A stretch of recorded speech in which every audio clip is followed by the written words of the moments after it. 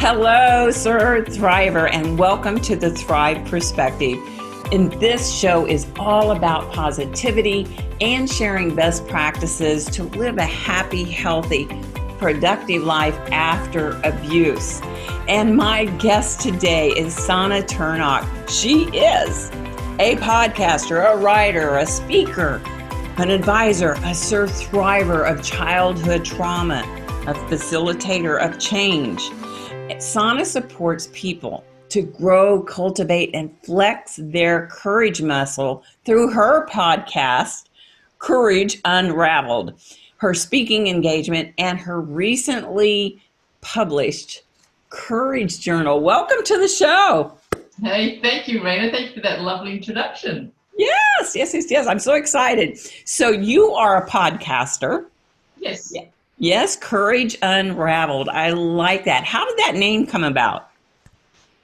Oh, just lots of processing, over the course of, probably over the course of the last 12 months. And I'm really big on images. So I just got this image of a wool. You know how wool just starts to unravel. And I thought, well, that's what courage is all about. Really, it's not just something that hits you in the face. It's really an unraveling. So that's what happened. I like that. And so you are a Sir Thriver of childhood trauma, and your mother was in a domestic violent relationship for many, many years. And so this is how a lot of your, what you're doing now came about. Is that correct? Well, would you believe this is actually the first time I've actually spoken about it, right? Wow. Ever. So, and this is publicly, I should say. I'll preface it with that. And before coming on this show, I talked to my mom about it as to whether she would give me her blessing to talk about it, because for me that was really important, because this is, in order for me to tell this story, it's not just about me. So that's why it was really important. So that's why I'm here to talk about it publicly for the first time. Oh, well, thank you. Thank you so much. And I appreciate, and I'm honored that you're sharing it with us and my audience. And, this is all about positivity. And I don't like to deep dive into what happened to you or your mother, because a lot of us share those same stories. Maybe the situation's a little different, but we know what it's like, Yeah, So, absolutely. And I want to thank you, and please thank your mother for having the courage because by giving her blessing, she's telling her story. And that takes a lot of courage. That does. That's right. Yeah, that's right. And it was really important, because it wasn't just, it was the witnessing of that, her being part, her being that, us living through that, us being my siblings and me, us also experiencing the effects of that as well, not only just being witnesses to that, but also being part of it. And then other things that my father was also, was also a gambler, and that addiction and how much that impacted everyday living. So it was a real mixed bag, to be honest. Right. Yeah, created some very interesting dysfunction. Well, I want to congratulate you on your courage to share your story. It does take a lot of courage, and I understand the mother-daughter situation, because sharing my story, my mother was very afraid for me to share my story, not only because I was sharing my truth, but I had to share her truth. Yeah. And that was a scary thing. And so I waited till she passed before I wrote my book. But so I'm glad that your mother gave her blessing. How is that helping you? And when did you get that blessing? Because I know we just met and you were going to come on the show. So that must have been just recent. It was when I basically responded to your request. And I thought, I'll put it out there. And then, you said yes. And then I thought, you know what?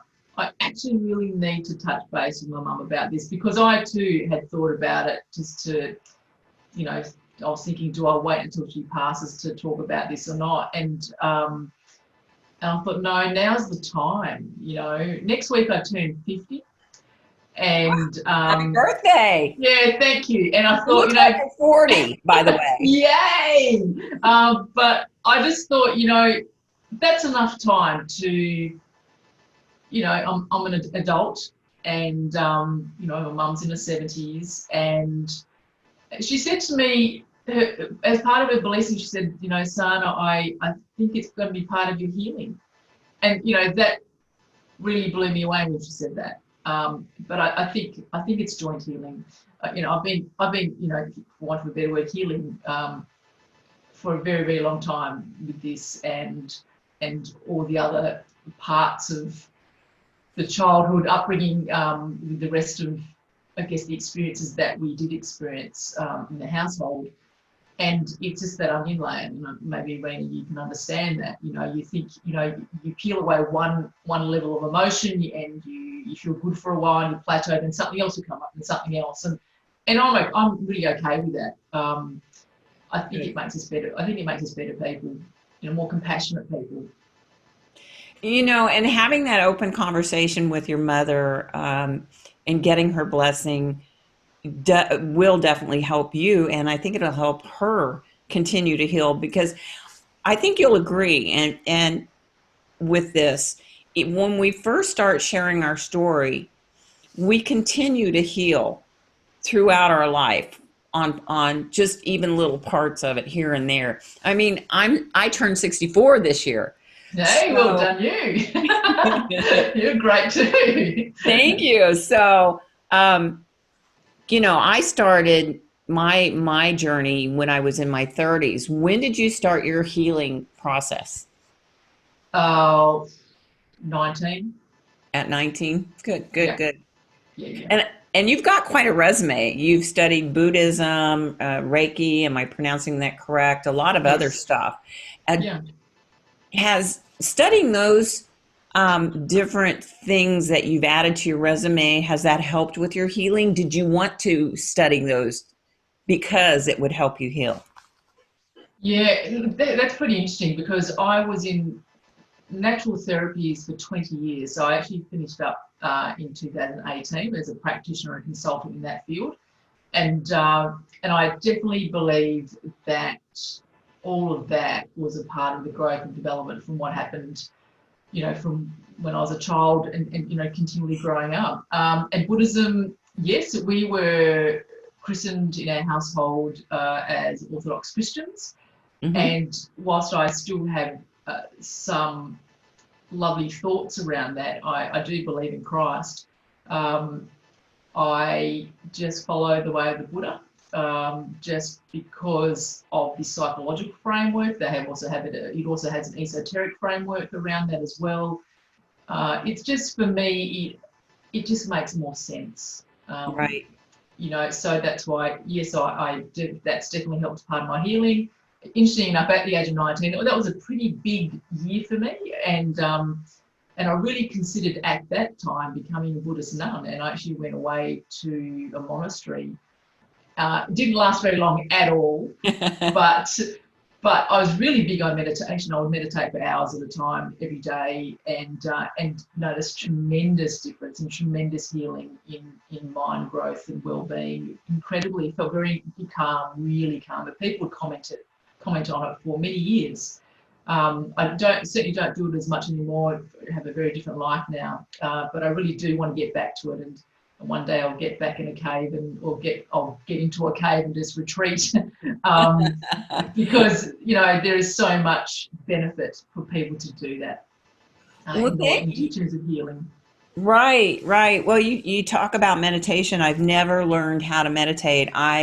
For my positivity and my growth, I do a lot of affirmations. I do a lot of daily writings for affirmations. I have a moving vision board that I watch through an app.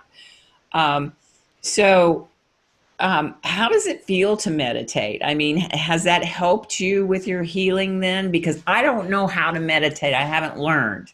Is it Yeah, that sure. hard? Is it, Well, is it, look, there are many different styles, and so it depends on what you want. You know, so there's meditations for calming, for stillness, for insight, for analysis, to keep you moving. You know, just or being just really present. There's meditation for visualization. So it depends on what you want. I know for me, because my early life was um, it was anxiety driven, I guess, a lot of the time. It was fear based. So I really needed to settle my nervous system a lot of the time.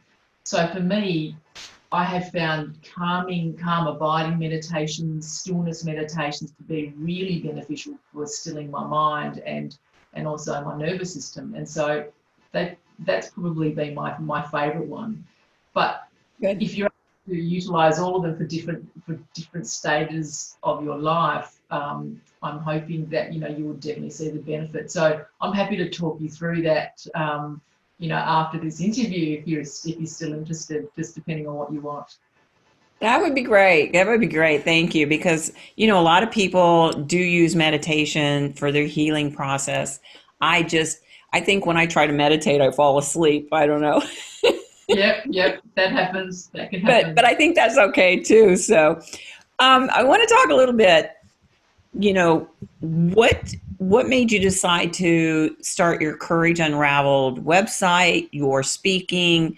So you said you don't really talk about your what your mother and you went through as a child, but it takes a lot of courage to heal from what you and your mother have gone through.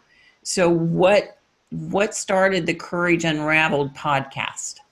Yeah, sure. Look, I think unconsciously that would have been the catalyst. But there are a number of reasons. There are so many reasons. One was, another reason was I was just being led to it. This was actually not planned. It was never planned. Wow. So that's something to keep in mind, I think. And then in 2014, I studied character strengths as part of positive psychology and the transformative effect of focusing on courage and also the byproducts of grit, resilience, and strength, and how it actually can increase self-esteem and confidence. So there was something in that, and so that just stayed with me from that point. It would come in and out of my thought processes. Then being fearful, so childhood created that, stepping out of line, having overly protective parents, having anxious parents. Also the culture of instilling fear and shame in kids to prevent them from stepping out of line. That was always there. And so what that did for me, even right into adulthood, is the ability to step up and use your voice, or the ability to be confident, kind of was squashed. So that's another reason. The third reason was COVID-19, and this is interesting. So in my day job, I'm an advisor, I'm a business advisor, and so the COVID-19 hit us in basically where I live in about March, Mm. and people are very, very relaxed around here where we live, but then things got really serious, and then people started realizing, wow, there's a lot to it than this. And then business started closing down overnight. There was lots of anxiety, lots of pressures, and then I thought, you know what, there's a place now for this podcast. There is a place. People need to feel courageous. People need to step up into their courage. People need to be inspired. They need to be hopeful. So this gave me the impetus to create Courage Unraveled. And to actually manifest it. So prior to this, it was all in my head, and then the impetus came. And by doing what I was doing, I thought, I'm giving people a voice, the courage to tell their story. And I'm just going to give you a quote or a statement about from a poet called David White, and he describes humans as a habitat of unique genius. And each of I us, like that. yeah, and he says each of us is a conversational frontier made up of our mother, our father, our ancestors, our lush fruits, and I'll add our barren landscapes and our experiences. And and that's it, all of that becomes part of our cellular memory, and that memory becomes unlocked through a key, like a word or an image, a smell, and then that makes its way out to become a conversation or a story. So I just thought that was really powerful. That's they're the reasons why I started Courage Unraveled. It wasn't just one thing. That's wonderful. So you just started your podcast this year. I did, yeah, I did. That's awesome. Yeah, I started in 2017 and I really didn't do a lot with it. And I was doing monologues, but then I decided I wanted to interview thrivers to Yeah, show others, victim survivors who haven't gotten help yet, to get help, get healed, get happy. And I want to show them what courage can look like. And absolutely. absolutely, because I want survivors, whether they've been through domestic violence, child abuse, sexual abuse, childhood trauma, we can, we are resilient. We don't think we are, but if we've survived that, I want them to realize their courage, strength, and tenacity of what they have persevered during and after. And so your Courage Unraveled podcast, I was reading here, courage, you say courage teaches us resilience, grit, and strength. Yeah. And you want to elaborate a little bit more about that and how courage does teach us resilience? Well, the more you embark on courageous acts, or the more you put yourself out of your comfort zone, that's how it builds that, what I call the courage muscle. You know, I really believe it's a muscle because courage doesn't come easily to a lot of people. You know, like to make changes in your life, most people don't want to do that. It's too hard. They just want to sit in their comfort zone. But to step up and out of that, you have to feel some sense of discomfort. And you either do it knowingly or you have a bit of a Mack truck experience where you kind of like throw under the bus a bit, and then you actually have to step up, you know, and by doing that and going through hardship, adversity, then that's what builds the resilience. And the more you do that, and it doesn't all have to be, you know, difficult stories or about loss. It can be you challenging yourself in a really, really positive way. I mean, I've interviewed a couple of people where they've actually put themselves out there on purpose, you know, to be out of their comfort zone. I mean, one person decided to do the Wim Hof method, and part of this is a breathwork therapy, and part of their training was to go to Poland and basically, you know, wear shorts and a bather top and hike in below zero temperatures up the mountain and then delve into freezing cold waters. I mean, that, you know, that's courageous, and they're putting themselves out there knowingly. They're taking themselves out of their comfort zone. So that's another thing about being courageous. There's an element of discomfort or fear, and the more you do that, the more confident you are, and the more self-esteem you build yourself. So this to me is lacking in a lot of our society, in Western society. So the more we understand that about courage, then this is just a positive character strength to build. And I talk about being a muscle because if you think about meditating, or if you think about even going to the gym and training, right, you need, in terms of meditating, you build yourself up, you build the stamina up, the mental stamina to be able to meditate for 2 minutes, maybe 5 minutes, 10, 15, 20. You go to the gym, you want to build some muscles and get toned, well, you need a training program for that. For some people with courage, you don't necessarily need a program, but it's almost like, for some people, they need a drip feed effect into this, and for some, they need one big dose. You know, right. But the more you expose yourself to it, the more you will get your resilience. And it's about building capacity.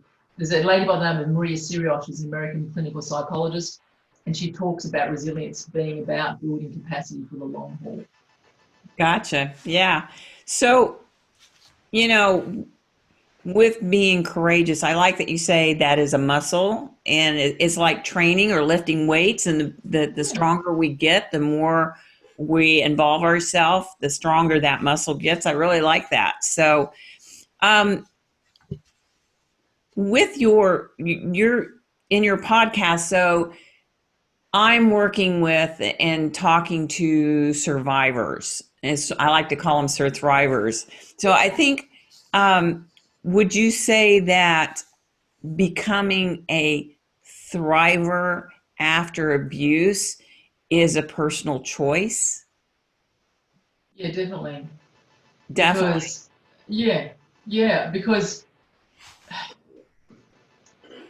being exposed to domestic violence, being a witness of, or being, having childhood trauma, you can either allow it to swallow you whole, and you feel like you can't get out of it, and you become a victim to life, or you just scratch and dig and claw your way out, and you go, no, I don't want to be part of that. I don't want to fall down that hole.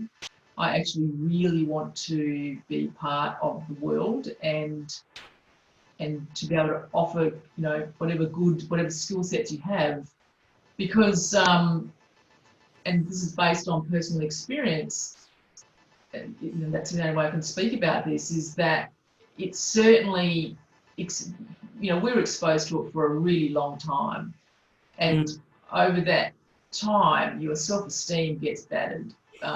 You have so many self-doubts about, your self-worth, whether you're good enough. All of those things start to come up over time, and you're not deserving. And plus, for us, there was also the financial dysfunction around that.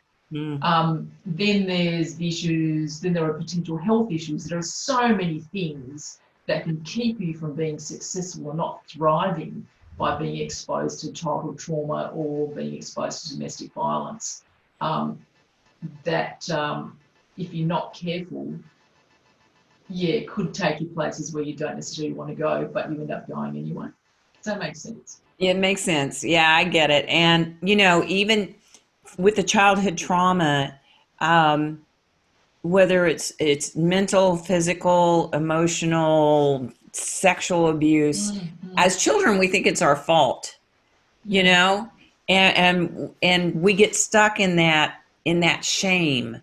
And that's one of the things that I shared in my TEDx talk. I grew tired of being ashamed of crimes I didn't commit. And Yeah. when once that snapped in my head, it's like I don't have to be I don't have to stay stuck here, in victimhood, because Yeah. that is no place to live. We were a victim, and a friend of mine says, we can't change what happened to us, but we can change how we respond to it as adults. We are responsible now. And Yes. excuse me, with you, I encourage victim survivors to get help, get healed, and get happy. Mm-hmm. But wouldn't you agree that even going through counseling, I mean, life is a series of continuing education and growth. And I heard something the other day that personal growth should be your number one passion. Would you agree with that? Um, yes and no. I would say your health should be your number one passion. That's true. Yeah. Yeah. Yeah. And that health and well-being, because without your health, you really don't have anything. You're not able to function well in your relationships, at work, at home, to improve on yourself, as part of self-development.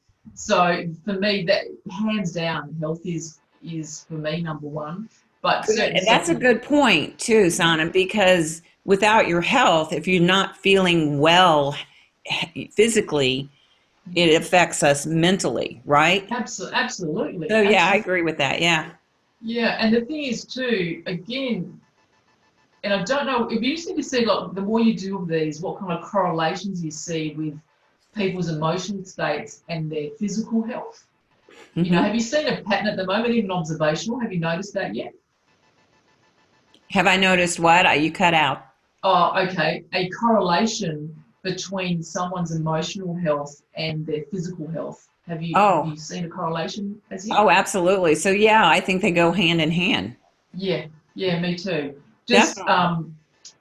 yeah. So people's health issues, whether they're whether they've been exposed to domestic violence, or they've been a childhood and now they're an adult. An adult child of domestic violence is what I call them. It's Right. interesting to understand that they have the health issues that these people have anywhere between 2 and 12 times more, or felt more, than those who have not been exposed to it.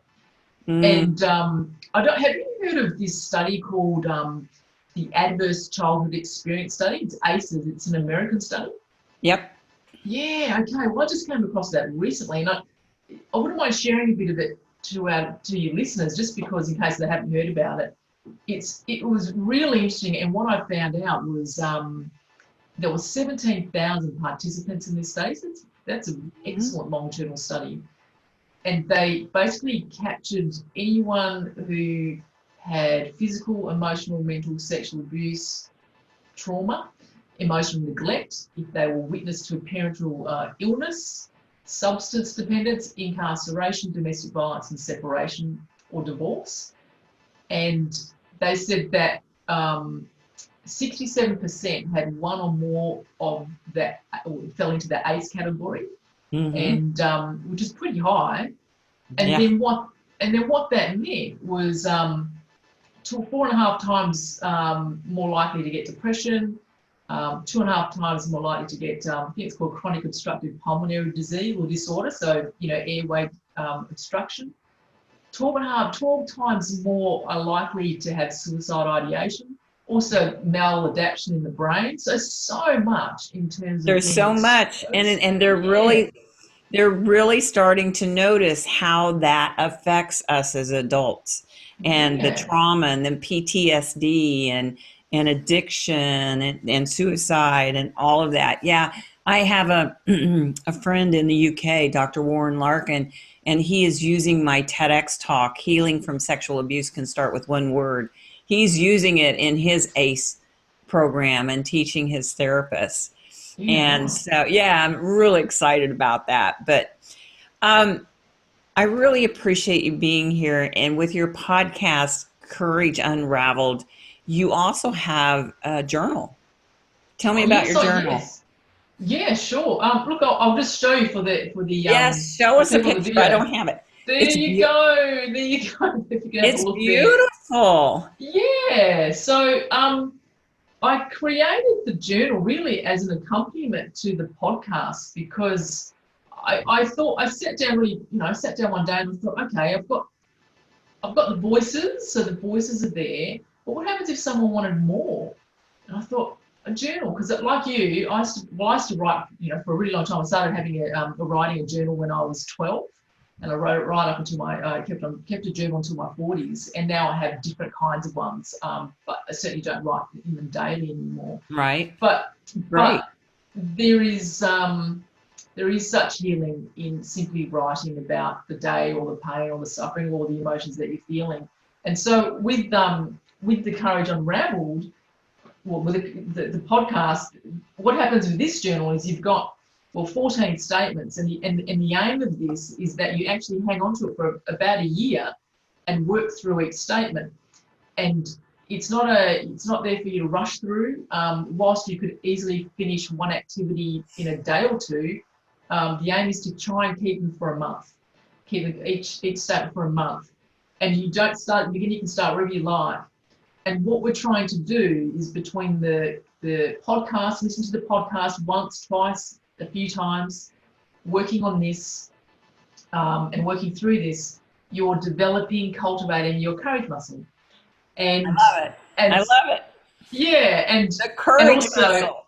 That's it. And so the more that you're doing, and the more, these are activities, it's not just about reflection, it's about you also doing things to strengthen that courage muscle. So it really is, it's not a passive thing to be doing. And because also when I was doing my own ongoing personal development, I came across someone that said it takes 66 days to change a habit, not 21 days as we originally would have thought. Exactly. That's correct. Yeah. Yep. So, that was surprising when I found that out too. Yeah. So, and I thought, well, you know what? If this is the case, well, then I think the journal will be a really good way for people to be able to work on themselves through self-help without necessarily needing another person.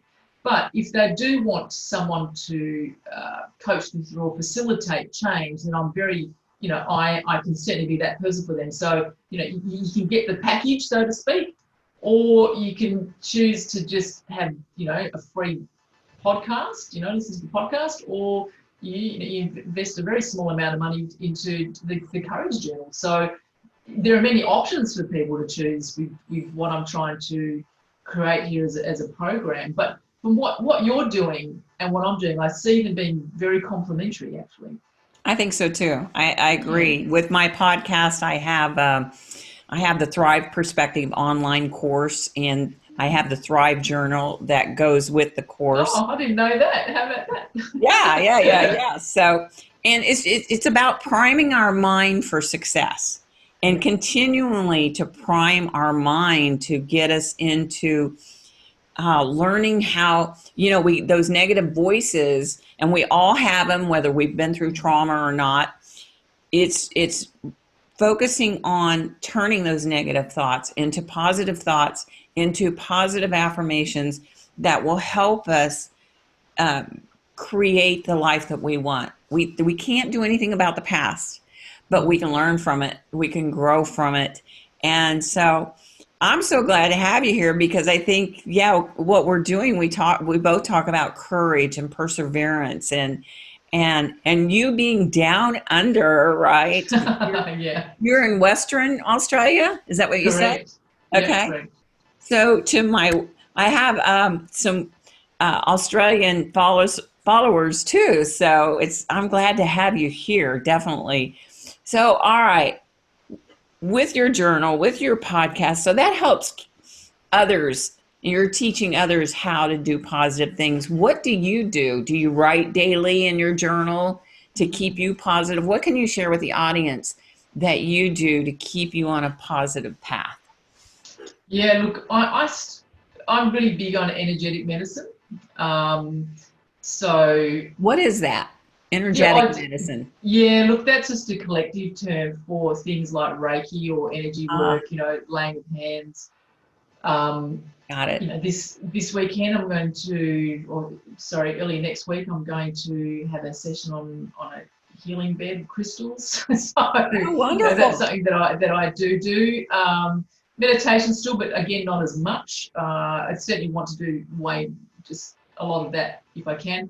These days, because of where I live, I really like getting out in nature, going for lots of walks and hiking, or just walking for a number of kilometres. I walked part of the Camino in 2019 between. Did you? Good for you. I thought about doing that. I've had friends do it, so that's cool. It was a beautiful experience, and for me, everyone has a different story, different experience. For me, it was tremendous peace. And I was so lucky. But so that's something that I do definitely. I like that, getting out in nature, and even if it's just a small park, or if you can get out and put your feet in the grass, or absolutely getting grounded. Yes, I absolutely believe in that too. And I know a lot of the city folks, they're in their apartment, and if you can get out to a park and get in some grass, get some grass under your feet, or go to the beach, do that a couple of times a week, because we have all that synthetic stuff around us, under us, and we're not getting back in nature. So that's a good point, Sana. I really believe in getting back to nature to help clear my mind too. I love it. Well, I hate to wrap up, because I really am enjoying this conversation.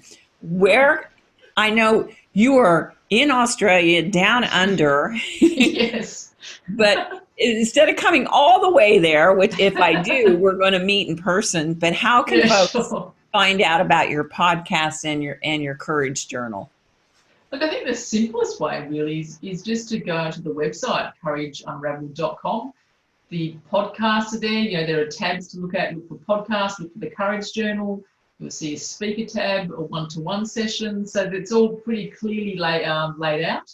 And also you can find the Facebook page is connected there too, the LinkedIn page. So it's just literally all there. I think it's probably the easiest thing to tell the listener. And in terms of the Courage Journal, easy to be able to just grab something through the website directly through me, or if you don't want to do that, you can go online, Amazon, Booktopia, Book Depository, they have them. And I've got some links on the website there. So, people have choices. Awesome. Awesome. Great. Well, I've really enjoyed having you, and I'm glad that you had that conversation with your mother.